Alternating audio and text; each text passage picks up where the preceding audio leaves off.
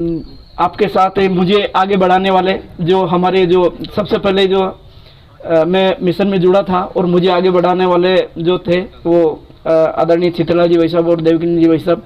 गांव के लोग ये कहते थे कि बकरी का बच्चा की तरह पकड़ कर गए, वो पता नहीं क्या को बात रहता है। तो और आपकी शिकायत रहती है कि वहाँ महाकाल पर समय नहीं देते हैं, तो मैं आपको विश्वास दिलाता हूँ कि पूरी दिया टीम के साथ हम 9 तारीख को आपके यहाँ पर उपस्थित रहेंगे। अकेला मैं क्या करूं, मुकेश सबसे जाते हैं, मैं नियुक्त करूंगा तहसील की मीटिंग की मेरा तहसील वाले मीटिंग की तारीख तक कल ज्यादा बढ़िया रहे। पौधे लग रहे हैं, पेड़ पौधे। एक निवेदन और है मुकेश जी, हमारी सुनो तो कभी सब जगह 12 लगाओ तो करना हो तो आप ही कुछ होगी। हाँ, तो 9 तारीख का वृक्षारोपण आपके यही रहेगा। और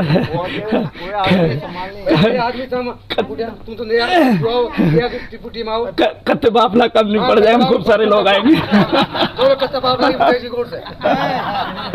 सभी शांत हो जाएंगे। थोड़ी सी मैं अपनी बात रखना चाहता हूँ कि बाबूजी की बात सुनकर के सभी एक तरीके से हंसे भी हैं, और एक विचारणीय बात भी है ये कि परिवार में से हम ही क्यों जुड़े और बच्चे क्यों नहीं जुड़े।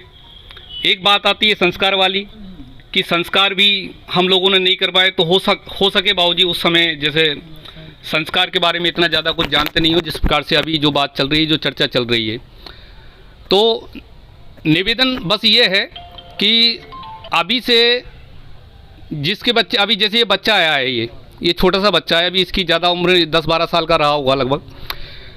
तो एक कमी हमारी छोटी सी ये रह जाती है कि हम लोग गुरुदेव का काम करते हैं और हम ही लोग गुरुदेव का काम करना चाहते हैं। मन में टसन कब आती है, जब हमारे हाथ से बाजी निकल जाती है। यानी कि कुछ ही बच्चे ऐसे होंगे जो संस्कार पहले से लेकर के आते हैं हमारे यहाँ। वो बच्चे आगे चल कर के उनका जो संस्कार है, जो पुराना संस्कार, वो निखर कर के सामने आता है।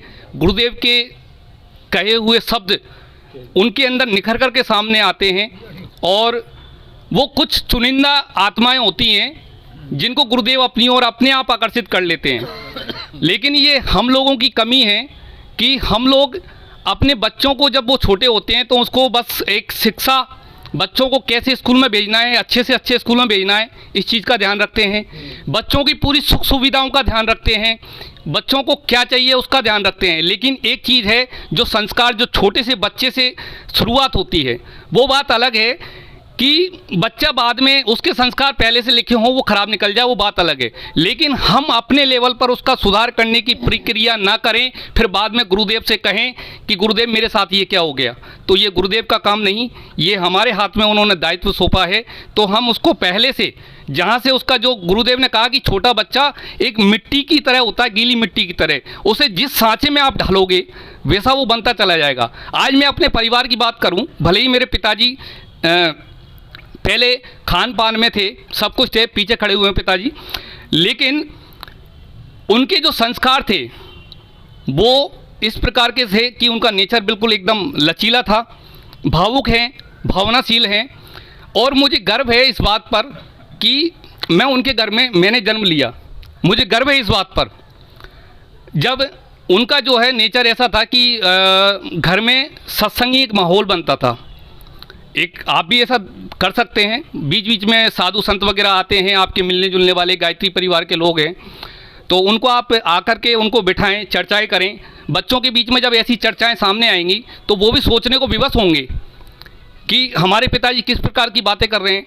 अभी हमारे जो छोटे छोटे बच्चे हैं, हमने गुरुदेव की कृपा से, उन्हीं की कृपा है जब तो ये सब कुछ हो रहा है, उनकी कृपा से बच्चों में संस्कार शुरू से डले हैं। और आज हमारे करीबन 10 साल की और 11 साल की जो बच्ची हैं, छोटा बच्चा है, वो नियमित हफ्ते में एक बार हवन हमारे घर में होता है, उसको वो देखते हैं, उनको वो देखते हैं, और वैसा उनमें करने की प्रवृत्ति आ गई है। और वो अभी छोटे से छोटे बच्चे हमारे, मैं यज्ञ नहीं करता हूँ, लेकिन वो हफ्ते में एक बार यज्ञ करते हैं, हफ्ते में एक बार वो यज्ञ करते हैं। ये प्रक्रिया हम लोग अपने स्तर से कर सकते हैं, दबाव ना डालें। मैंने कोशिश शुरू में मेरी भी यही रही थी कि दबाव डालकर, लेकिन दबाव डाल करके नहीं, प्यार और सहकार के साथ ही जो काम हो सकता है वो दबाव डालने से नहीं हो सकता। अगर मेरी बातों का किसी को बुरा लगा हो और किसी को अच्छी लगी हो तो उसे अपना लें। धन्यवाद। अपने बच्चों को जहाँ भी कोई भी कार्यक्रम होता है वहाँ अवश्य ले जाएं। वहाँ ले जाएंगे तो बाद में अपन को कहने की ज़रूरत नहीं पड़ेगी बेटा ये कर, वो ऑटोमेटिक उस राह पर चल पड़ेगा। मित्रों, पंचकुंडी यज्ञ की श्रृंखला चल रही है। अब कोरोना में बहुत शीतल भी रही, आप और हम भी शीतल रहे। ये तो एक प्रकृति का नियम था, लेकिन उसने आपको और हमको झकझोर डाला। अब पुनः इसको गति मिल रही है। तो देवकी नंदी जी के यहाँ पर पहुँचे हैं हम 9 तारीख को। उसके पूर्व में पंचकुंडी यज्ञ हो, उसके पूर्व में वहाँ पर प्रातःकाल से शाम तक जप होना आवश्यक है। मेरा तो कुछ ऐसा प्रातःकाल से शाम तक जप हो, शाम को दीप यज्ञ हो, ताकि उनको सबसे संपर्क हो जाए, और उसके दूसरे दिन जो है फिर यज्ञ हो। इसमें थोड़ा सा आप और हम परिवर्तन करेंगे तो वो अधिक प्रभावशाली रहेगा।